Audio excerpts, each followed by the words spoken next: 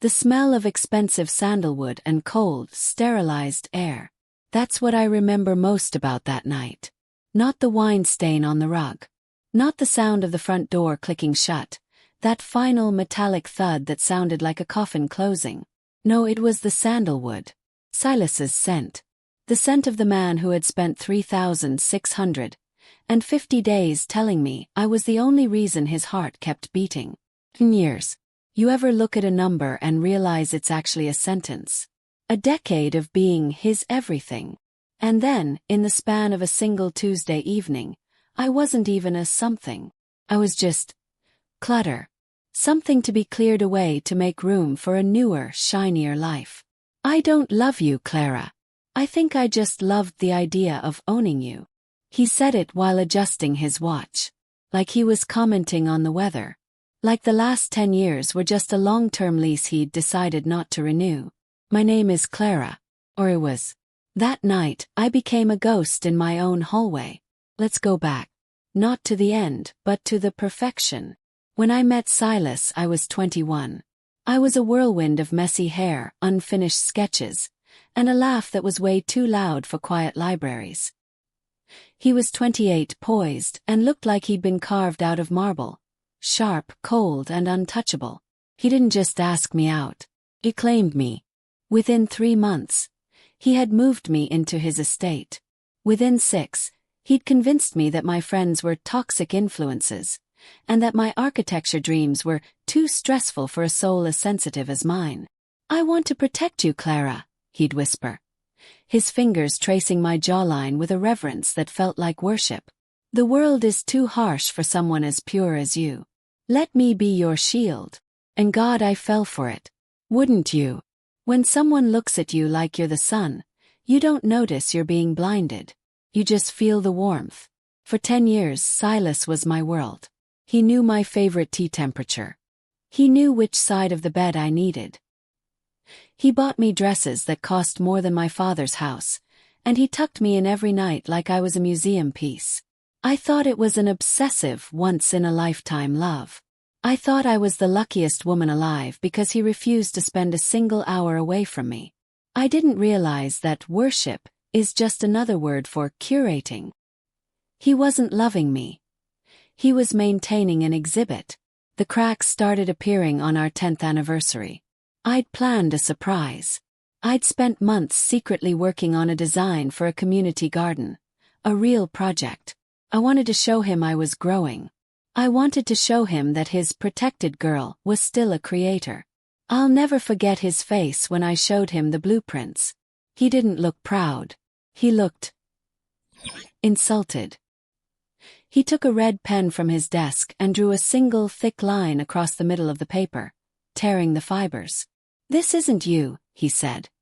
His voice dropping to that low, vibrating frequency that used to make me shiver. Now it just made me cold. "You're getting distracted again, Clara. I thought we fixed that." That was the first time I felt the shift. The obsession didn't die, it soured. Over the next month, the care turned into correction. He started monitoring my phone logs. He installed security cameras in every room of the house. He stopped looking at me like I was the sun and started looking at me like I was a crack in a porcelain vase. And then came the Tuesday. The sandalwood night. I found the messages. I wasn't looking for them, but when a burner phone vibrates in the middle of the night under your husband's pillow, you look. Her name was Ivy. She was 22. Photographer. Messy hair. Loud laugh. She was the 1.0 version of the woman he'd met 10 years ago. When Silas came home, I didn't scream. I didn't throw things. I just sat at the dining table with the phone between us. I expected guilt. I expected him to break down and beg for forgiveness, to tell me his obsession was still mine. Instead, he looked bored. He walked toward the cabinet to pour a glass of scotch. "You've become static, Clara," he said, not even looking at me. "I spent 10 years molding you into the perfect companion, and now that you're finished, I find I've lost interest in the finished product. There's no more challenge." The room started to tilt. "I gave you a decade," I whispered. "I gave you my youth, my career, my voice. Everything. He turned, the amber liquid in his glass catching the light. He looked at me with total, terrifying indifference.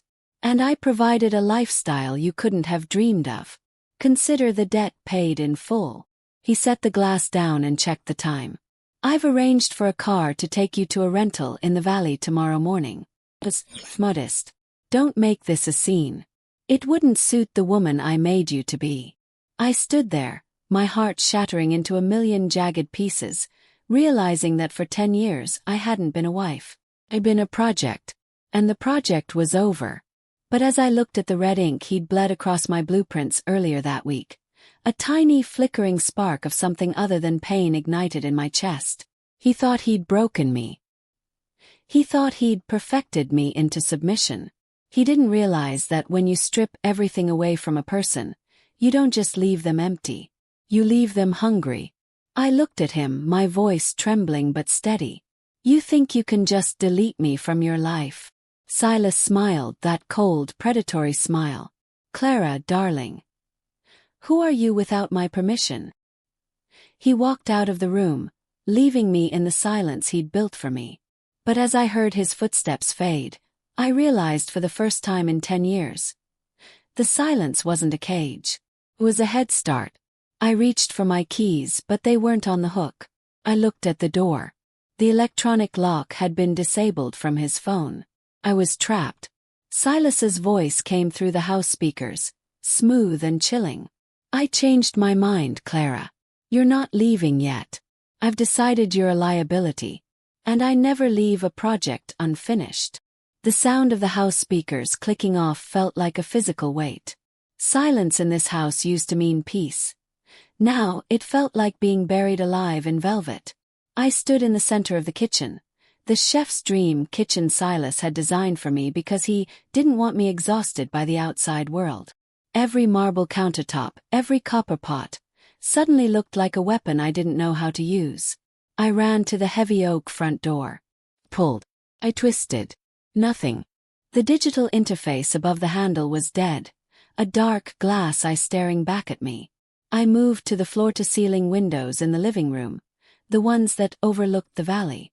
They were reinforced, double-paned glass. I grabbed a heavy decorative bust, a bronze sculpture Silas had bought me for our 5th anniversary, and slammed it against the glass with everything I had. Clang. The bronze bounced off. Not even a scratch. Not even a vibration. It was like hitting a wall of solid diamond. Don't tire yourself out, Clara. His voice drifted from the speakers again, sounding amused. Those windows are rated for hurricane force winds. I had them installed because I wanted you to feel safe. Remember. I slumped against the glass, my breath fogging the surface. Silas. Open the door. You said you wanted me gone. I'm leaving. Just let me go. I did want you gone. His voice came back, closer now, though I couldn't see him. But then I realized. You know too much about how I work. My clients, my acquisitions. The way I curated our life together. If you go out there now, broken and bitter, you'll talk. And my reputation is the only thing I've spent more time on than you. My heart hammered against my ribs like a trapped bird. He wasn't just dumping me. He was erasing me. I spent the next 3 hours scouring the house. Every exit was sealed. The landline was dead. My cell phone. No signal. He had a jammer running. He'd thought of everything. That was the thing about Silas. His obsession wasn't just emotional. It was architectural. He built systems. And for 10 years, I had been the central component of his favorite system. I retreated to my studio, the small room where I kept my architectural sketches. It was the only room in the house he rarely entered because he found my work primitive. I sat on the floor, my back against the drafting table. My mind was racing, trying to find a flaw in his design. Every architect knows every structure has a weak point. You just have to find the stress fracture. Then I saw it. On the floor, near the ventilation grate, was a small, silver earring. It wasn't mine. It was a tiny, delicate hoop. Ivy's. She had been here. In my room. I picked it up, the metal cold against my palm. He hadn't just been cheating.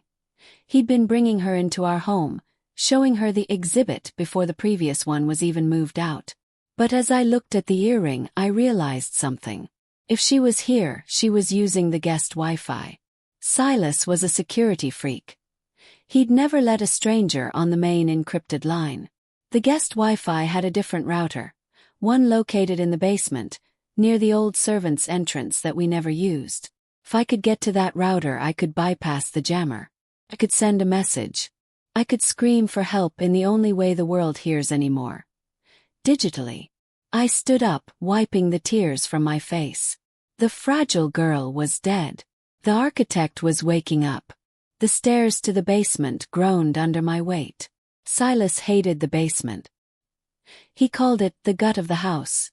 Messy, industrial, and unrefined. It was the only place he hadn't covered in sandalwood and silk. It was pitch black. I felt my way along the cold concrete walls, my fingers searching for the router's glow. The air down here smelled of damp earth and old copper. I found the router tucked behind a stack of crates. Its blue light flickered like a heartbeat. Pulled my phone out. 1 bar. Just 1 bar of guest Wi-Fi. I went to my contacts. Who do you call when you haven't spoken to your family in 6 years? When your shield has spent a decade telling you they didn't care about you. I typed a message to my sister Lena. I'm at the house.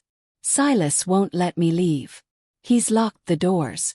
Please call the police. This isn't a joke. I hit send. The little loading bar crawled. 10%. 20%. Suddenly, the basement lights hummed to life, blindingly bright. You always were a bit of a basement dweller when you were frustrated, Clara. Silas was standing at the bottom of the stairs. He looked disappointed, like a teacher catching a student whispering in class. In his hand he held a tablet. You're trying to use the guest line, he said, tapping the screen. Clever. But I get an alert every time a new device connects. He walked toward me, his expensive leather shoes clicking on the concrete. I backed away, my phone clutched to my chest. Did it send? He asked, his voice deathly quiet. I looked at the screen. Message failed. He reached out and snatched the phone from my hand. He didn't even look at it. He just dropped it onto the floor and crushed it under his heel. The sound of the glass shattering felt like my own bones breaking. You don't understand, do you? Silas whispered, stepping into my personal space. The sandalwood was overwhelming now. I didn't just build this life for us. I built it around you. You are the foundation. If the foundation leaves, the house falls. And I'm not ready for my house to fall. He grabbed my arm. His grip wasn't violent. It was firm, the way you'd hold a delicate instrument you didn't want to drop.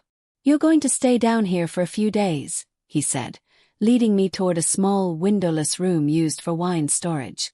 Until I can finalize the paperwork.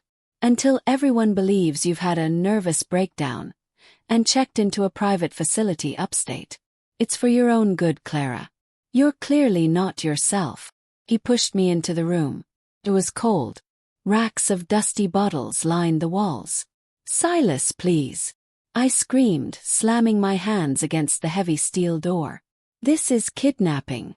This is insane. No, Clara, he said through the small viewing slit. This is preservation. The slit closed. The lock turned. I was alone in the dark with nothing but the smell of old wine and the realization that the man who loved me obsessively was currently drafting my death certificate. Socially, if not physically. I sat on the cold floor, shaking. But as my eyes adjusted to the dark, I saw something. In the corner under a tarp. It was my old toolbox from college. The one Silas told me he'd thrown away years ago. He didn't throw it away. He'd kept it as a trophy. A memento of the girl he'd killed to make the wife he wanted. I crawled toward it, my fingers fumbling with the latches. Inside, among the rusted pliers and old measuring tapes, was a heavy-duty screwdriver and a manual hammer. An architect doesn't just design buildings. An architect knows how to take them apart. The wine cellar was built for temperature control, not for holding a prisoner who knows how load-bearing walls work. I didn't waste time crying. I didn't have the air for it. Instead, I used the screwdriver to start scraping at the mortar between the bricks on the back wall. This part of the house was old, an original foundation that Silas had built his modern monstrosity on top of. The mortar was sandy, brittle. I worked through the night. My hands bled. My fingernails were torn to the quick. Every time I heard a sound upstairs, I froze, holding my breath, waiting for the door to open. But Silas was arrogant. He thought he'd already won. He was probably upstairs right now, drinking scotch with Ivy, telling her how complicated his ex-wife was. By dawn, I had loosened 2 bricks. I pulled them out, the cold morning air rushing in through the gap. It led to a crawlspace under the back porch. I squeezed through. The space was tight, filled with cobwebs and the skeletal remains of autumn leaves. I crawled on my stomach, the rough earth scraping my skin, until I saw the latticework at the edge of the porch. I kicked through the rotted wood and tumbled out onto the wet grass. I was out. But I wasn't safe. The estate was gated, surrounded by a 10-foot wall with security cameras every 20 yards. If I ran for the gate, Silas would see me on his tablet before I even reached the driveway. I stayed low, moving through the shadows of the hedges. I needed a way out that wasn't a gate. I remembered the blueprints, the community garden project I'd been working on. I'd spent hours studying the topography of this land. There was a drainage culvert on the east side of the property. It was designed to handle the runoff from the hills. It was narrow, it was dirty, and it led straight under the wall and into the woods. I reached the culvert just as the sun began to crest the hill. I could hear the sound of a car engine starting near the front of the house. Silas was leaving. Or maybe he was coming to check on me. I dove into the concrete pipe. It was barely wide enough for my shoulders. I pushed myself forward, the smell of stagnant water filling my nose. I could hear his voice in the distance, calling my name. Not with love, not even with anger, but with the sharp, clipped tone of a man who had lost his favorite pen. Clara, don't be difficult. You know how this ends. I pushed harder. The rough concrete tore at my clothes. My shoulder hit a jagged edge, and I felt a hot flash of pain, but I didn't stop. I couldn't stop. And then light. I burst out of the other end of the pipe, sliding down a muddy embankment and into the thick brush of the woods. I didn't look back. I ran until my lungs burned, until my feet were numb, until the smell of sandalwood was completely replaced by the scent of pine and freedom. I reached the main road just as a battered old pickup truck was rumbling past. I flagged it down, my face covered in dirt and blood, looking like a literal ghost. The driver, a weathered man in his 60s, looked at me with wide eyes. "Honey, you okay?" "I need a phone," I rasped, my voice cracking. "And I need to go to the city." He handed me a flip phone. Old, simple, and beautiful. I didn't call the police. Not yet. I knew Silas. If I called the police now, he'd have his lawyers there before the sirens even faded. He'd claim I was unstable. He'd use his influence to bury me again. Well, I called the one person Silas feared more than the law. I called his biggest rival, the man he'd stepped on to build his empire, the man who held the keys to the one thing Silas actually loved: his reputation. "Hello," a deep voice answered. "My name is Clara," I said, watching the estate disappear in the rearview mirror. "And I have the blueprints to Silas's entire life. Are you interested in a demolition?" The office was cold, filled with the smell of old paper and expensive cigars, a stark contrast to the sterile sandalwood of Silas's world.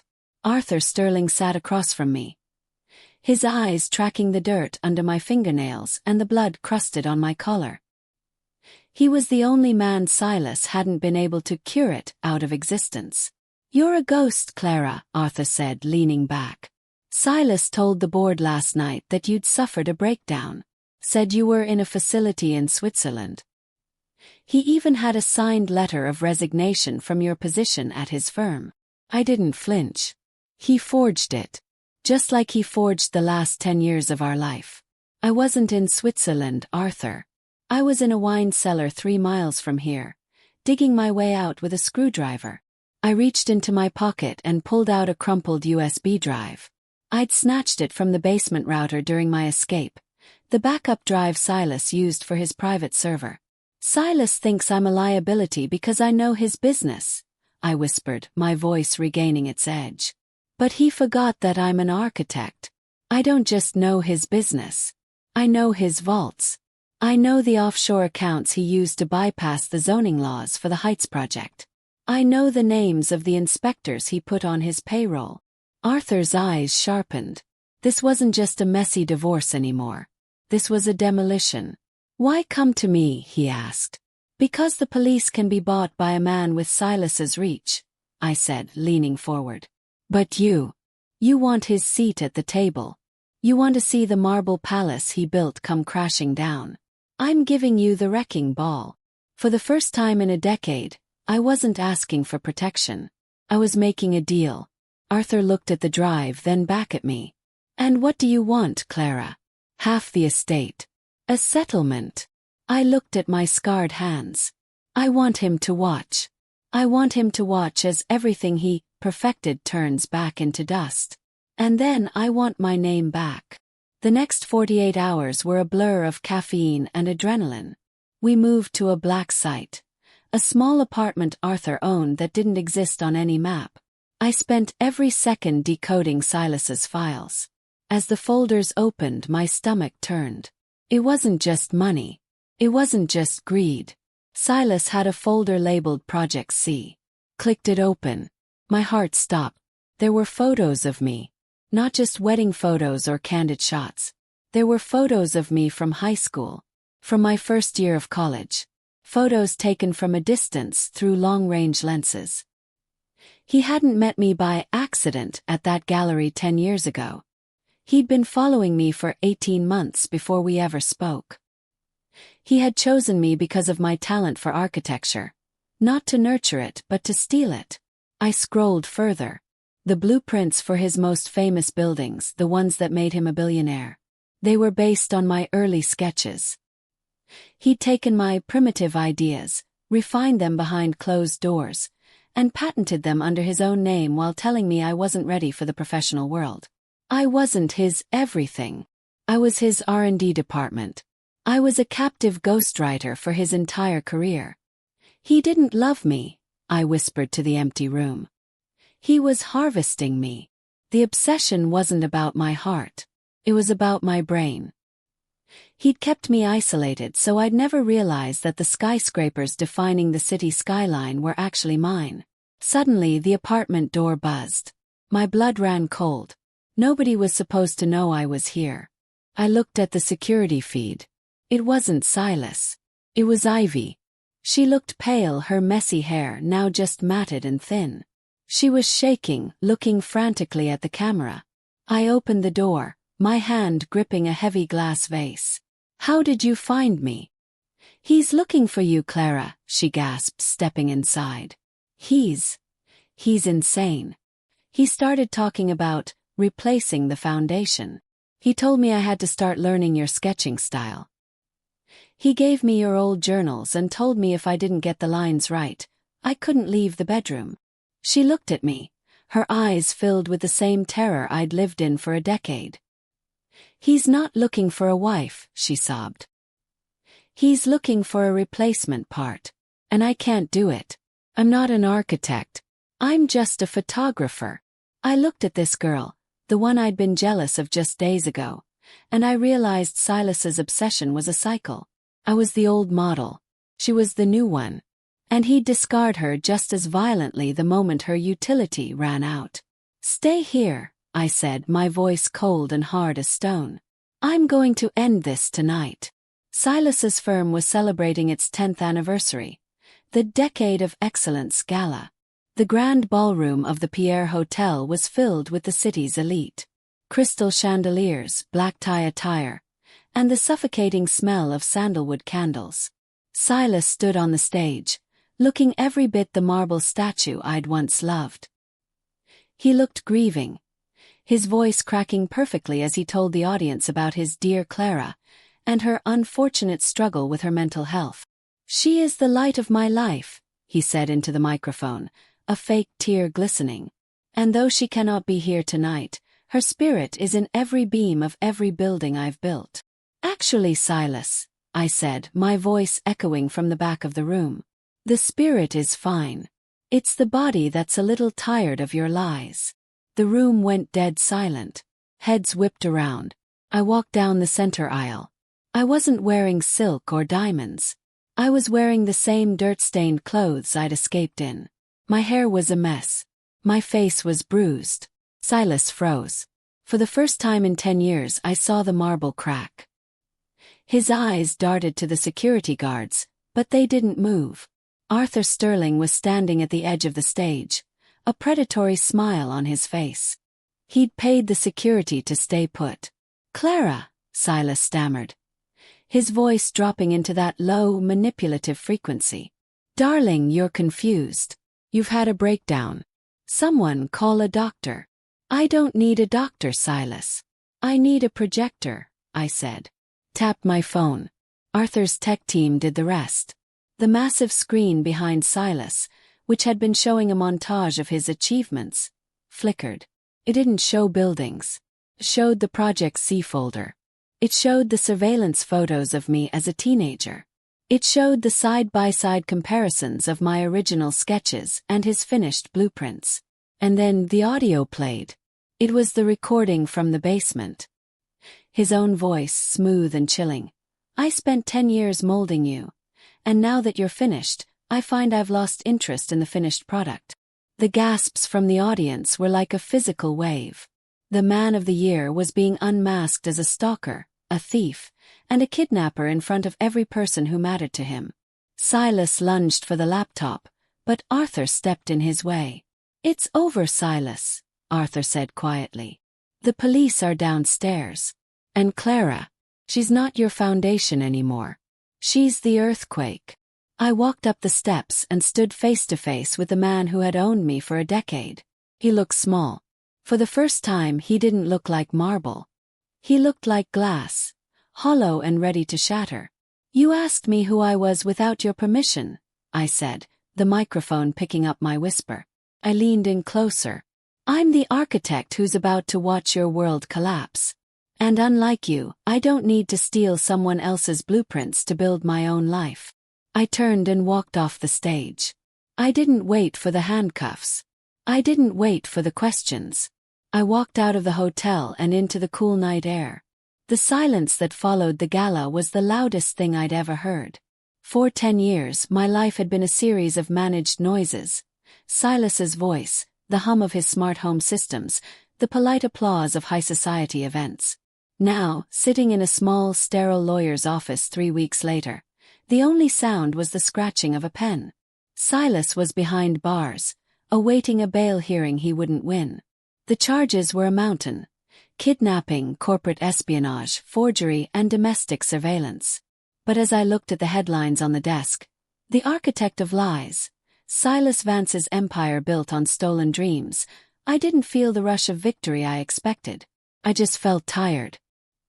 "He's fighting the intellectual property claims, Clara," my lawyer Sarah said. She was sharp, a woman Silas would have called abrasive. "He's claiming you were a willing collaborator. That the sketches were a joint venture of your marriage." I looked at my hands. They were healing, the scars from the wine cellar fading into thin white lines. "He never let me have a bank account in my own name, Sarah. He never let me sign a contract. How can it be a joint venture when only one person has a voice?" "We have the surveillance logs from Project C," she reminded me. "A jury won't see a collaborator. They'll see a victim of a decade-long heist." But that was the problem. I didn't want to be a victim anymore. Every time I saw my face on the news, it was framed by his crimes. I was still being defined by Silas. Even in his ruin, he was the sun and I was the moon reflecting his dark light. I walked out of the office and into the city.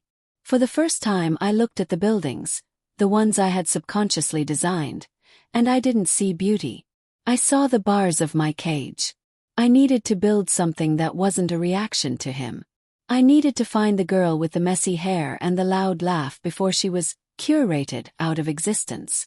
The modest apartment Silas had originally picked for my disposal was actually a high-rise unit he owned under a shell company. I refused to go there. Instead, I rented a studio in a converted warehouse. Drafty, industrial, and completely mine. I was sitting at a new drafting table, staring at a blank sheet of vellum, when my buzzer rang. It was 2 a.m. My heart did that familiar, sickening stutter. I checked the camera.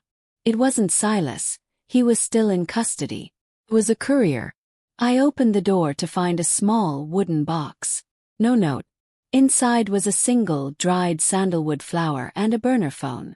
The phone began to vibrate in my hand. Answered it. You always did like the scent of wood before it was carved, Clara. Silas. His voice was raspy, stripped of its polished veneer. He sounded like a man who had been screaming into a void. How are you calling me? I whispered, my hand trembling. Money still talks, even from a cell, darling. But that's not why I called. I called to tell you that you're making a mistake. You're trying to build without me. But you forget. I'm the one who knew which parts of you to prune so you could grow straight.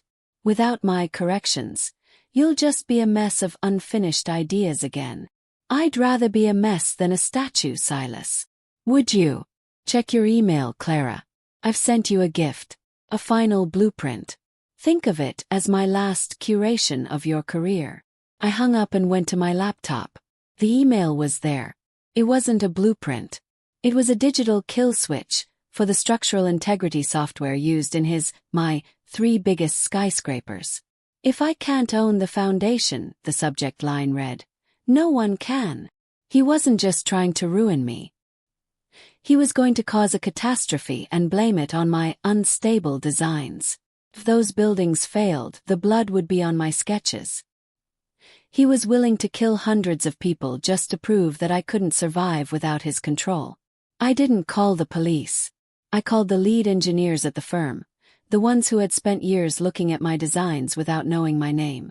We have 6 hours before the server reset triggers the structural dampener failure, I told them, my voice steady, the architect finally fully in command. I know the code. I didn't just design the beams. I designed the logic behind the safety overrides. Silas didn't understand the math. He just understood the aesthetics. I can bypass him. We worked through the night. It wasn't about revenge anymore. It was about protection. Real protection, not the suffocating kind Silas offered. I sat at my drafting table, typing lines of code, visualizing the steel and glass miles away. I was talking to the buildings. I was telling them to hold on. At 5:48 a.m., the kill switch triggered. On my screen, a red warning flashed. And then it turned green. The bypass held. The buildings stood. The foundation was mine. The police arrived at Silas's cell an hour later. They found the tablet he'd smuggled in. They found the evidence of attempted mass murder. Whatever slim chance he had of a plea deal vanished into the morning air. A year later, I stood at the groundbreaking ceremony for the new community center. It wasn't a skyscraper. It was a low, sweeping structure of glass and recycled timber, designed to let the light in from every angle.